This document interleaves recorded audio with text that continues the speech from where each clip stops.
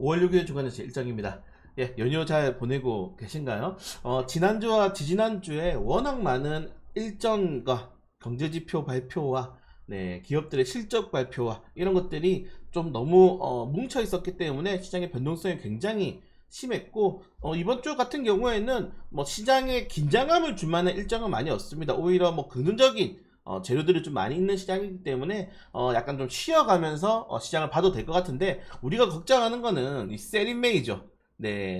딱히 제가 뭐 셀인메이 5월달을 기점으로 해가지고 뭐 종목의 비중을 확 줄이거나 그렇게 말씀을 드리고 싶진 않지만은, 뭐 전체적인 지표가 이때까지 그랬더라라고 생각하시면 될 것 같고, 저는 좀 반대로 생각하는 게, 이미 여러분들 올해 국내 증시를 표면적으로 봤을 때는 이미 개별 장세 그리고 대형주 장세가 정해졌어요. 작년 6월부터 정해진 흐름이고, 이런 것들을 쉽게 꺾기에는 좀 신장의 일정과 이벤트가 좀 녹록치 않다. 결국에는 여러분들 중소형주들을 끌어올리려면은 정말 시장에 많은 유동성이 들어가야 되는데, 지금은 그 정도의 시장이 아니기 때문에 그냥 지금에 이뤘던 시장이 반복될 거다. 그러니까 5월달이지만은 4월달 시장, 3월달 시장, 2월달 시장, 1월달 시장이 반복될 거예요. 결국 실적이 좋은 종목들, 시장의 수급이 좋은 종목들, 외국인들이 밀어가는 종목들, 연기금들이 받쳐주는 종목들, 이런 식으로 시장의 또 수급이 돌 거고, 우리가 흔히 말해서 가는 놈만 가는 시장이 반복될 거기 때문에 결국 그런 종목들을 계속적으로 내 포트폴리오에 넣어야 된다라고 좀 말씀을 드리고 싶습니다. 그래서 좀 쉬어가는 시장이긴 하지만 우리가 좀 챙겨야 될 것들, 위에 보시면은 엄청나게 많은 뉴스들이 준비가 되어 있죠. 그래서 좀 천천히 보시면 좋을 것 같다. 주말 동안에 좀 많이 드셨고 하니까 나중에 산책 같은 거 하시면서 이어폰 들으면서 보시면은 좀 괜찮지 않을까라고 생각이 됩니다. 자, 지난주 뉴욕 증시는 상승 마감에 성공을 했습니다. S&P 종목을 보시면은 특히 애플이 5%대, 6%대 거의 상승이 나왔죠. 5.98% 상승이 나왔는데, 애플이 무려 150조 원 규모의 자사주 매입. 야, 여러분들 대단하지 않습니까? 이 150조 원이면은 우리나라 1년 예산의 거의 4분의 1이에요. 그 정도로 많은 규모의 자사주를 매입한다는 소식이 나왔고, 사실 미국 기업들 같은 경우에는 꾸준한 배당과 자사주 매입 그리고 소각을 하고 있는 기업들이 많기 때문에 결국 제가 강조드렸던 것처럼 시장이 많이 흔들릴수록, 금리 인하가 밀릴수록 글로벌 자금들이 오히려 이런 빅테크 종목들, 현금을 많이 가지고 있고 시장 장악력이 굉장히 높은 종목들로 수급이 들어갈 것이다 라고 말씀을 드렸는데, 그런 것들이 좀 반복될 것 같습니다. 올해 상승률만 한 3개월 정도 상승률 보신다 하더라도 3개월로 딱 봤을 때는 이게 마이크로소프트, 애플, 메타 좀 조정이 나오는 거 아닌가, 엔비디아도 그렇고, AMD는 오히려 마이너스죠. 인텔은 마이너스 27%. 근데 이걸 이제 연간 실적으로 좀 보면은 여전히 이 주식들은 고점대를 유지를 하고 있는 주식들이다. 그래서 당분간 이 반도체 종목들이 오히려 고점 대비해서 많이 떨어졌어요. 고점 대비해가지고 엔비디아 빼고는 여러분들 거의 왔습니다, 본전에. 그래서 사람들은 오히려 이가 충분히 조정 나왔다, 이제 2차, 3차 실적을 받쳐주는 업종들 위주로 올라갈 가능성이 높은데, 그게 바로 IT, 우리가 흔히 말하는 인공지능 관련된 종목들이 아닌가라고 생각하시는 분들도 굉장히 많기 때문에, 이 반도체 종목들 같은 경우는 조금 더 지켜볼 필요가 있을 것 같다. 특히 우리나라 같은 경우에는 반도체 종목들의 수출액이 굉장히 좋습니다. 이건 따로 밑에 말씀을 드리겠지만은, 그래서 결국에는 우리가 아까 말씀드린 것처럼 제가 개별적인 장세 그리고 시장이 반복된다는 걸 말씀드렸을 때, 결국에는 실적이 괜찮은 종목들, 실적이 괜찮은 종목들이 뭡니까? 우리나라 5대 수출 품목들이죠. 석유화학, 뭐 자동차, 뭐 전자제품, 반도체, 이런 업종들이기 때문에 결국 수출 주도 업종하는 제조업종 위주로의 시장의 주도주 형성이 반복될 가능성이 좀 크다라고 좀 생각을 하시면 좋을 것 같습니다. 자, 그리고 연준이 이제 금리를 추가적으로 동결했는데, 보시는 것처럼 6월 달에도 금리가 동결 가능성이 굉장히 높고, 7월 달에도 금리 동결 가능성이 65%로 아직 높습니다. 물론 이런 이 패드워치의 이런 지표는 연준 인사들의 발언이라든가 연준에서의 이런 뭐 정책 공개라든가 이런 것 따라서 많이 변동될 수 있지만, 우리가 봐야 될 거는 결국 하반기, 3분기 넘어서 금리 인하 가능성이 높아지고 있고, 자, 우리가 이제 하반기라고 하면은 9월, 11월, 11월, 12일이 있는데, 11월에 미국 대선이 있어요. 여러분들 끼었죠, 지금. 그래서 지금 많은 전문가들이 이거 잘못했다가는 내년에 금리를 인하할 수 있다고 전망이 나오고 있는데, 좀 다행스러운 점은 올해 여러분들 올해 이 금리 인하 가능성들이 좀 대두가 되고 있습니다. 이제 지난주에 4월 고용지표가 나왔는데 전문가 예상치가 20만 명이었어요. 근데 17만 몇 명이 좀 기록을 했죠. 이게 6개월 만에 최저치를 기록했고 실업률도 네, 굉장히 높아졌습니다. 여전히 여러분들 미국은 실업률이 4% 미만이에요. 이제 3.9%거든요. 완전 고용 상태.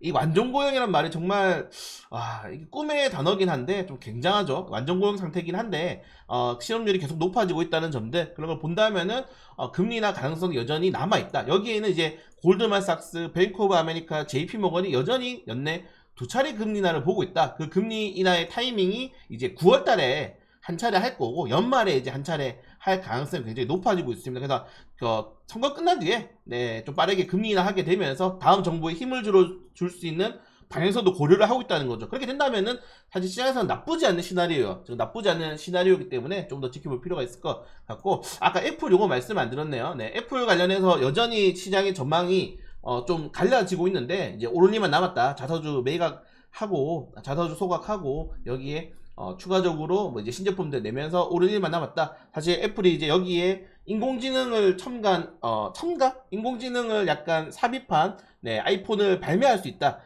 이 오픈 AI의 챗 GPT를 네, 넣는다는 소문이 있죠. 그리고 성장 여력이 없다. 성장 여력이 없다는 거는 간단하게 야 너희들 팀 쿡 나온 다음에 대체 뭐가 있었냐 이거예요.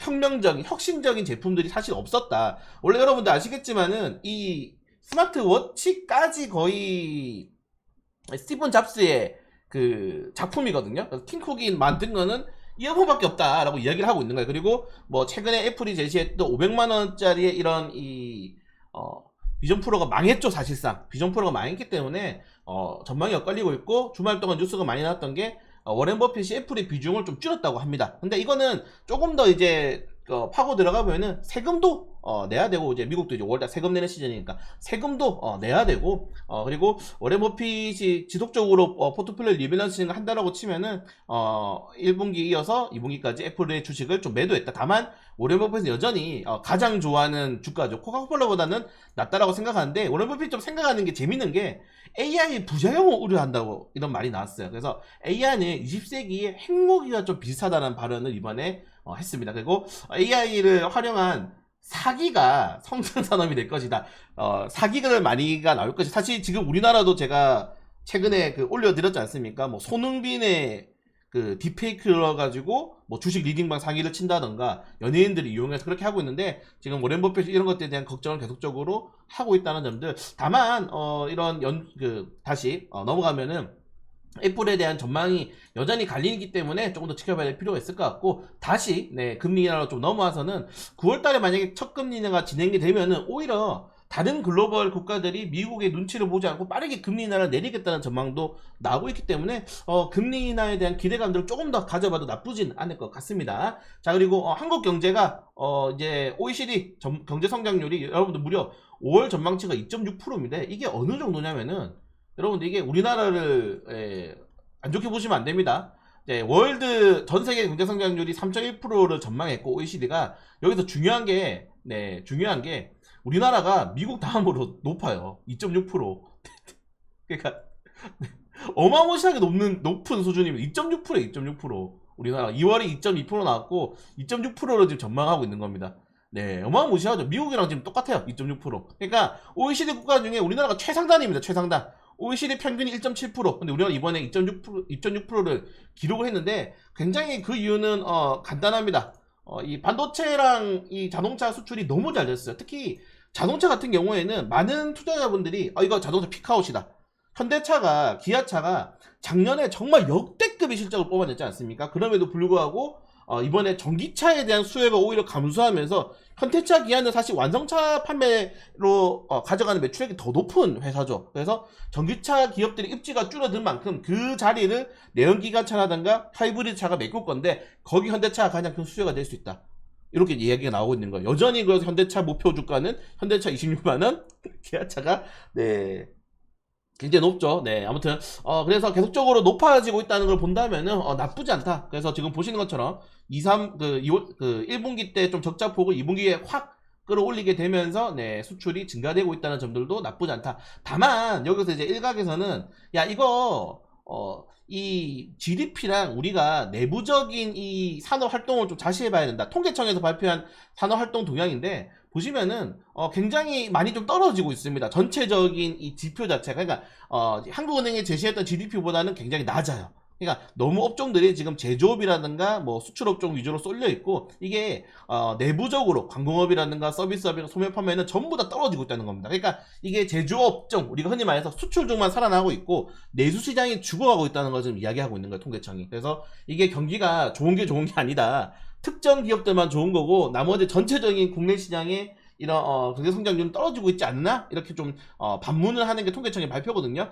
이것 가지고도 제가 또 주말 동안 찾아봤는데 전문가들이 너무 다양하게 이야기가 나오고 있어요. 어차피 우리나라는 수출을 하는 수출주도 국가이기 때문에 어차피 제조업 위주로 경제를 살려야 된다라고 하는 것도 있고 경제적 내부 그 제조업 살리면 뭐하냐? 결국 일부 기업들만 수혜가 갈 것이고 내부적으로 이런 이 다른 업종들이 다 무너져 내리면은 결국 국내의 경제 성장률이 떨어질 것이다. 국내 경기가 둔화될 것이다라는 전망도 있는데 둘 다 맞다라고 생각됩니다. 근데 둘 다 잡을 수가 없어요. 어차피 우리나라는. 그러니까 제가 생각하기에는 그냥 하나로 좀 집중하는 게 낫지 않나라고 좀 생각이 되는데 그래서 정말 여러분들 제가 말씀드리고 싶은 거는 이렇게 좋게 나온 경제 지표를 가지고도 많은 전문가들이 다양한 의견을 가지고 있다는 겁니다. 그러니까 지금은 예측, 예상, 이때까지 히스토리가 의미가 없는 시장입니다. 제발 그런 것들을 여러분들 시간 낭비하지 마세요. 뭐 5월, 4월 이때까지 10년 동안 5월달에 주가가 떨어졌기 때문에 5월달 떨어질 것이다. 전혀 그렇지 않게 나올 수가 있다는 게 최근 증시 트렌드가 그렇습니다. 그래서 지금 시장은 정말 한 치 앞도 예상하기 많이 힘들다, 어렵다, 투자 난이도가 높다라고 좀 말씀을 드리고 싶고요. 자 그리고 일본이 이거는 정말 좀 대단한데. 이거 조금 더 설명해 드릴게요. 그리고 아까 말씀드린 것처럼 제조업이 너무 집중되다 보니까 반도체를 만약에 뺐다라고 하면은 우리 전체적인 이 성장률이 거의 뭐 15위 가까이 한국의 이런 성장률이 15위 가까이 떨어질 수 있다는 전망도 나오고 있다는 겁니다. 그래서 지금 시장의 수급이 굉장히 많이 좀 집중되고 있다는 점들 그 정도까지 좀 보시면 될 것 같고요. 그리고 일본이 이제 엔화 관련해 가지고 여러분들 일본이 이번에 80조 원을 투자했다고 하죠. 네, 이번에 목요일이었나요? 그때 이제 44조 원 넣고 이제 금요일 날 추가적으로 거의 돈을 넣으면서 80조 원을 이게 되나? 모르겠습니다. 네, 80조 원을 이 금융시장에 넣었다고 하는데 물론 일본 정부는 계속 우리 안 그랬는데 이렇게 얘기하고 있는데 야 이게 과연 되나 모르겠는데 다만 다행스럽게 우리나라 환율도 지금 이제 아시아 통화 자체가 달러의 흐름에 굉장히 많이 움직이기 때문에 달러가 좀 조정이 나오면서 많이 올랐다. 사실 일본이 이렇게 금리에 대한 개입을 하고 금리 인상을 고려하는 거는 우리나라 시장으로 봐서 나쁘지 않습니다. 왜냐면은 제가 이것 전에 말씀드렸잖아요. 전 세계 통화량의 60%가 미국 달러고 20%가 유로존이고 일본이 그래도 지금 보시는 것처럼 엔화가 5%가 넘어요. 어마무시한 규모입니다. 이 정도면은. 근데 일본이 통화를 좀 결상하면서 이 달러라든가 유로는 지금 6월달에 금리 인하를 하죠. 그렇기 때문에 달러 견제가 안 돼. 달러를 또 견제할 수 있는 수단이 지금 엔화밖에 없는 거고 일본이 계속적으로 엔화를 좀 매입하고 하니까 결론적으로는 환율이 조금 우리나라도 동반적으로 하락하는 모습이 나왔는데 나쁘진 않습니다. 나쁘진 않는 상황이다. 그래서 통화 관련해 가지고는 사실 이것도 제가 주말 동안 열심히 공부했는데 정답도 없고 근사치도 없어요. 너무 달라. 일본이 뭐 엔화 시장이 개입하게 되면은 한국 시장에는 이게 악재라고 말씀하시는 분도 많고 그리고 아니다 이제 일본의 제품들이 이제 또 가격대가 상승하게 되면은 우리나라가 경쟁률을 갖출 것이다라고 하는 분도 많고 이렇게 많기 때문에 그냥 우리는 추세를 본 다음에 좀 거기에 대해서 대응하는 게 낫지 않나. 다만 확실히 이번에 달러가 강세가 나오고 환율이 계속적으로 조정이 나오니까 이 수출 주도 업종들 위주는 거기에 많은 수혜를 받았다는 점들 딱 용도까지만 보면 될 것 같아요. 그래서 이번에 사실 우리가 화장품이라든가 뭐 자동차라든가 수출액이 많이 올랐잖아요. 이게 환율이 좀 많이 떨어져서 그렇다. 원화 가치가 떨어져서 좀 가격 경쟁력이 올라갔기 때문이다라는 전망도 있는데 뭐 다 맞는 말입니다. 그래서 지금은 정답이 없는 시장이기 때문에 이 정도의 내용이 좀 있다. 이 정도가 지난주와 앞으로 이제 5월달에 좀 시장에 많이 영향을 줄 수 있을 만한 지표지 않을까 좀 생각이 되고요. 자, 그걸 제외하고는 전 개인적으로 좀 드리고 싶은 말씀은 지금 보시는 것처럼 가는 놈만 간다고 제가 말씀드렸는데 제가 요새 ADR 지표를 좀 많이 올려드리죠. 요 ADR 지표가 1년 동안의 추세를 보시면 아시겠지만은 이게 80%가 과매도고, 그러니까 ADR 같은 경우에는 상하락 종목을 100분으로 나눈 겁니다. 그래서 120%가 되면은 상승 종목들이 월등히 많이 나올 시장, 그리고 80%가 되면은 하락 종목들이 월등히 많이 나올 시장이었는데, 자, 코스닥을 보시면은 120을 찍은 적이 지금 2024년도 12월 없어요. 그러니까 코스닥은 과매수 시장이 없어. 지금 상승 종목들이 과열된 시장이 2024년도 11월 때 왜 한 번도 나오지 않았어요.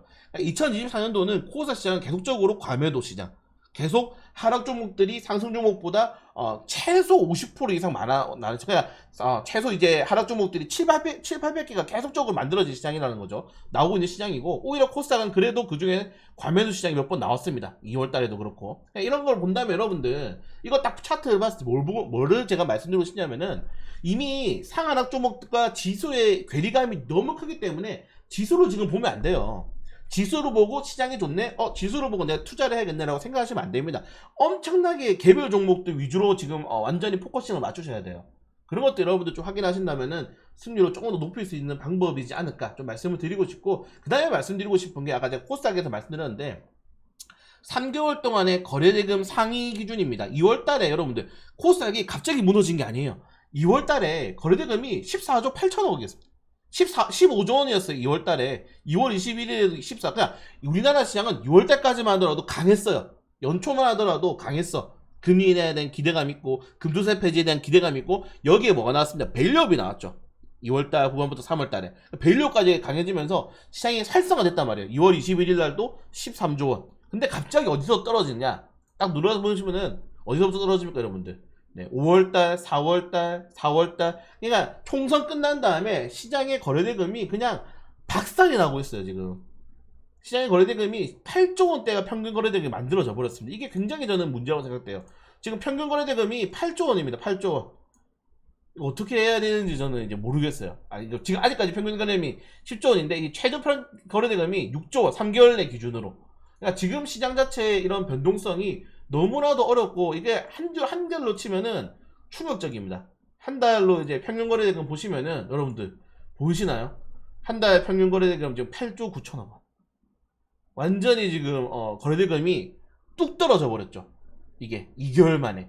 그 정도로 지금 전체적인 시장의 이런 수급이 한쪽으로 몰려가고 있고, 전체 거래대금이 20%가 증발한 상태입니다. 그러니까 여러분들 10명 중에 2명이 나갔어. 시장에서. 우리 시장에서 서로 주고 팔고 수익률 대결하고 있는데 2명이 나갔어. 8명에서 게임해야 되는 거예요. 이게 개인 투자한테는 전혀 좋은 상황이 아닙니다. 확률적으로는 계속 떨어질 수밖에 없는 상황이죠. 그렇기 때문에 여러분들 다시 말씀드리지만은 개별 종목으로 계속적으로 포커싱을 맞추셔야 된다. 절대 지금 지수를 보고 패시브 자금이 들어오는 종목들이라든가 뭐 연기금을 밀어보는 종목들도 좋지만은, 개별 종목의 실적, 모멘텀, 네, 주주 환원 정책, CEO 마인드, 네, 이거 가장 중요하죠, 우리나라. 네, 재무제표 상태, 갑자기 유성전자 터트리니까, 갑자기 기업 인적분 할 수 있으니까, 이런 것들도 잘 챙기셔야 된다는 겁니다. 네, 아무튼 요 정도가 좀 제가 생각하기에는 5월달부터 이제 2분기까지 좀 시장을 대응할 수 있는 방안이지 않을까라고 말씀을 드리고 싶고요. 네, 뭐 이번 주 좀 복귀를 하자면은 여전히 전선 관련 테마주들, 지난주죠, 강세가 나왔다. 예, 전력 설비 관련 테마주들이 강세가 나왔다. 뭐 계속 강세가 나올 것 같아요. 실적도 받쳐주고. 왜냐면은 여러분들 구리 가격이 지금 거의 뭐 가장 역사상 최고치 구간인데, 전선 가격의 90%가 구리 가격입니다. 그러니까 전선주가 오르는 게 그냥 구리 가격 오르니까, 왜냐면은 수요는 정해져 있잖아요. 수요는 이미 계약을 해놨잖아. 그렇기 때문에 계속적으로 수요가 증가될 가능성이 크다는 점도 좀 보시면 될 것 같고, 그리고 화장품 관련 테마주들 굉장히 강세가 많이 나왔죠. 네, 굉장히 강세 나왔는데 여러분들이 좀 조심해야 될 게, 중국으로 강세 나온 게 아닙니다. 네, 중국 버리고 미국과 일본 공장이 통했다. 이번 화장품 업종들의 매출의 대부분은 유럽, 미국 쪽에서 발생을 많이 했다. 특히 일본 쪽에서도 많이 발생했다 그러죠. 왜냐면은 이 관공지에서도 매출을 개박살 났거든요. 그러니까 이게 중국향으로 막 지수가 오른 게 아니라, 종목이 오른 게 아니라는 겁니다. 그래서 절대적으로 여러분들 중국 관련된 종목들은 피해라. 몇번 또 이제 증권TV에서 이번에 중국향 관련 테마주들이 강세가 나왔네요. 네, 헛소리를 또 하더라고요. 조심하시기 바랍니다. 네, 그 새끼들 아무것도 모르는 놈들이에요. 자, 아무튼 네, 이 정도 내용이 있다. 네, 그래서 뭐 상승 종목들도 에코에너지, 삼화전기, 우리 두 개 다 보유하고 있었는데 우리가 파니까 30%더 올라가더라고요. 뭐 이런 종목도 보유하고 있었고, 그리고 막 개별 종목 여러분들 정말 재밌는 내용이 요 딥마인드라는 종목이 구글 딥마인드로 착각해서 매수하신 분들이 진짜 많다 하더라고요. 그래서 제가 깜짝 놀랐습니다. 그래서 구글 딥마인드란 네이밍 중복 이슈, 아 이건 근데 너무 짝짓하지 않나요? 이름을 딥마인드로 바꾸는 게. 그래서 75%였는데 왜 이러는지 아무도 몰라. 좀 알려주세요, 아시는 분도 있으면은. 네, 그리고 네이저셀이 지금 여러분들 밀고 있습니다. 제2의 한미반도체다, 제2의 뭐 YC캠이다라고 밀고 있다. 유리기판 관련 테마주도 좋은 종목들이 많죠. 레이저셀, YC캠 이렇게 올라가고 있고, 화장품 관련 테마주들이 좀 강세가 나왔다는 점들. 네, 그리고 뭐 이번 주 같은 경우에는 신규 산업 종목과 공모 청약이 많이 있습니다. 많이 좀 여러분들 우리 수익력 좀 끌어올릴 수 있는 시즌이죠. 코칩 신규 성장을 하고 ICTK 공모 청약하니까 공모 꼭 하시길 바라겠습니다. 그리고 네, HED 현대마력솔루션 이번에 좀 많이 주주 배정이 됐는데 좀 위험한 게 90%가 의무 회약이 안 됐다고 그러더라고요, 주식이. 그래서 첫날에 엄청난 물량이 풀릴 수 있습니다. 조심하시길 바라겠습니다. 네, 그리고 개별적인 이슈 종목들, 제1경기고뭐 우리 금요일날 종가 베팅 하려고 그랬는데 그거 깜빡했죠. 네, 깜빡했는데 월요일날 한번 좀 공략해 볼 수 있도록 하겠습니다. 네, 단기간에 풀렸고, 네, 나쁘지 않다. 그리고 네, 목요일날 뭐 한국 옵션 만기 이슈가 있습니다. 보시면은 건축 박람회, 네, 퀸테스 코베 베이비페어 유아교육전 아트부산이 개최가 됩니다. 미술품 관련 내용이죠. 그래서 이런 정도 일정이 있다는 점들까지 보시면 좋을 것 같고, 마지막 금요일 날은 네, ISG 국제 슈퍼컴퓨팅 컨퍼런스라고 있는데 삼성전자가 참가합니다. 여기서 뭐 HBM 반도체 관련해 가지고 좀 공개할 수 있다고 하니까 HBM 관련된 테마주들 우리 뭐 YC라든가 YC, 에이펙트라든가 뭐 이런 종목들 좀 체크하시면 좋을 것 같습니다.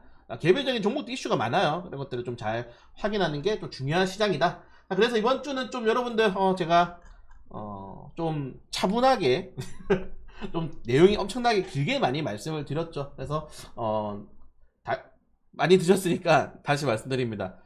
산책 좀 하시면서 들으시면은 좋을 것 같습니다. 네, 저는 이제 좀 관련 테마주들 좀 정리해서 올릴 거거든요. 종목들이 많아요. 제가 관심 종목 가지고 있는 종목들이. 그래서 계속적으로 잘 올려드릴 테니까 많이 시청 부탁드리도록 하겠습니다. 남은 연휴 잘 보내시고요.